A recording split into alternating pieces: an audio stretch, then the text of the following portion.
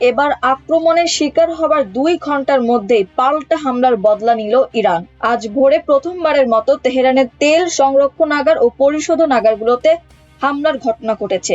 এ সময় রাজধানীর বিভিন্ন স্থানে হামলার পর আগুন ধরে যায়। এছাড়া একটি পানি বিশুদ্ধকরণ কেন্দ্রে আক্রমণের ঘটনাও ঘটে।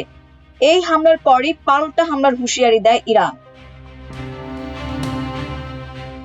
ইরানের পররাষ্ট্রমন্ত্রী আব্বাস আরাকচি সামাজিক যোগাযোগ মাধ্যম এক্সে দেওয়া পোস্টে বলেন, কেশম দ্বীপে একটি পানি বিশুদ্ধকরণ কেন্দ্রে আক্রমণ করে যুক্তরাষ্ট্র স্পষ্ট ও মারাত্মক অপরাধ করেছে।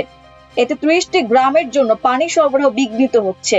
ইরানের অবকাঠামোতে আক্রমণ করা একটি বিপজ্জনক পদক্ষেপ, যার পরিণতি ভয়াবহ। যুক্তরাষ্ট্র এই নজির স্থাপন করেছে, ইরান নয়।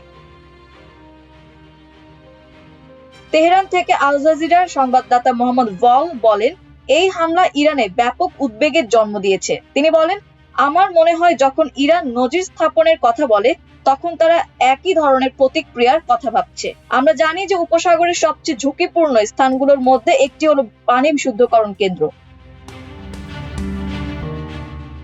উপসাগরীয় দেশগুলোকে ইরান আগ্রাসনের যুদ্ধে সহায়তা এবং প্ররোচনাকারী হিসেবে বিবেচনা করে থাকে তেহরান।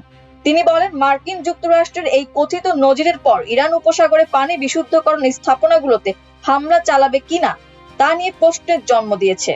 তার মতে, এমনটা হলে বিপজ্জনক পরিস্থিতি তৈরি হবে, কারণ উপসাগরীয় অঞ্চল পানি সরবরাহের 90% পানি বিশুদ্ধকরণ কেন্দ্রের ওপর নির্ভর করে। এসব আশঙ্কার 2 ঘন্টার মধ্যে মধ্যপ্রাচ্যের মার্কিন মিত্র বাহরাইনে একটি পানি বিশুদ্ধকরণ কেন্দ্র লক্ষ্য করে সফল ড্রোন হামলা চালিয়েছে ইরান। এতে ওই কেন্দ্রটি ব্যাপক ক্ষতিগ্রস্ত হয়েছে বলে জানিয়েছে দেশটির স্বরাষ্ট্র মন্ত্রণালয়।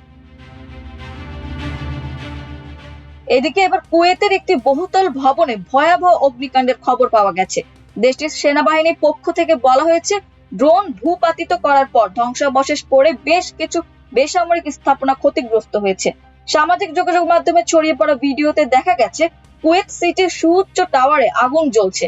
কাতার ভিত্তিক সংবাদ মাধ্যম আল জাজিরা বলছে, টাওয়ারটিতে কুয়েতের পাবলিক ইনস্টিটিউশন ফর সোশ্যাল সিকিউরিটির সদর দপ্তর অবস্থিত।